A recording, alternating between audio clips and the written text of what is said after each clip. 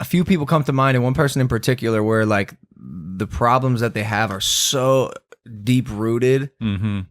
It seems like it'd be tough to reverse engineer a thought or feeling that might be truly like subconscious that she might not even be aware of. For sure. I mean, I'd say that's my actual area of expertise is the blind spots, right? Can you share what it is? And you don't. No, yeah, I'll keep it. Well, brief. give me an example. Give me an example. This person, she's just got like Yikes! Yeah, everyone in this room knows who I'm talking about. Okay, But it's so like then- it's a pretty chronic depression, and Yeah. I've been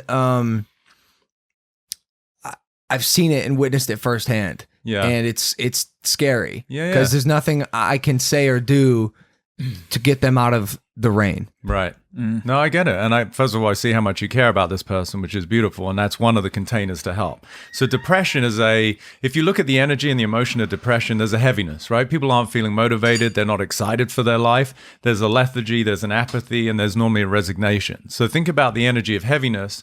Heaviness is usually a byproduct of holding on to something. I can remember one of my MLB guys, we were playing the Dodgers actually, and he'd had some shitty outings recently, and so he wasn't in the best place. He wasn't feeling super confident.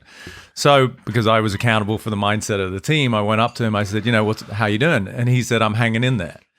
It's a very common human expression, right? yeah, But I yeah. said, that's interesting choice of words, because if you're hanging in there, you're holding on to something. So the holding on to meant that he was actually not reconciling his history, like the last time he went out and he gave up 5 runs or whatever it was. So he at that moment recognized that what was holding him back was that he was still associated with his history.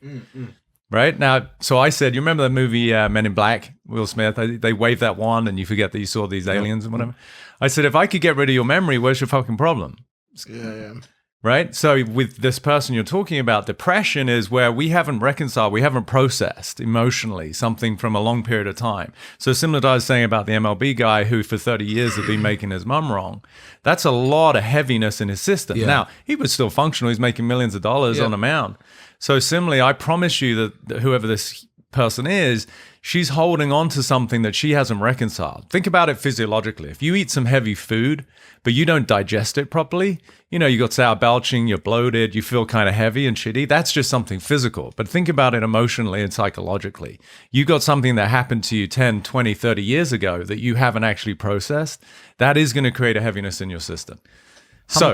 We need to finish the point. We want to get back to what were the events that happened, and usually there's one pivotal, maybe a couple, that made her feel, in her view, that somehow she's not loved, she's not wanted, she's not good enough, something like that. That's the heaviness. The depression is just a symptom. How many of your clients, after you give them advice, will tell you that it's easier said than done?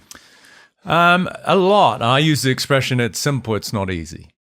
Right. So when I point things out, it actually makes sense. And that's the simple part. The not easy is putting it into effect, actually having the discipline, and this is where honestly, I wanted to acknowledge you for this whole journey you've been on with the whole boxing experience, because, and we talked about that at dinner when you're at my house, is the dedication and the discipline to me was your greatest asset, was your greatest win, was what you had to overcome in terms of, I don't feel like it this morning, or, what the hell am I doing? The psychological apathy and resistance that you overcame, that is the tough part. Yeah. Understanding, I work with brilliant people who've got great minds. They that makes sense. But then if they don't actually follow through and execute, it makes no difference. Yeah.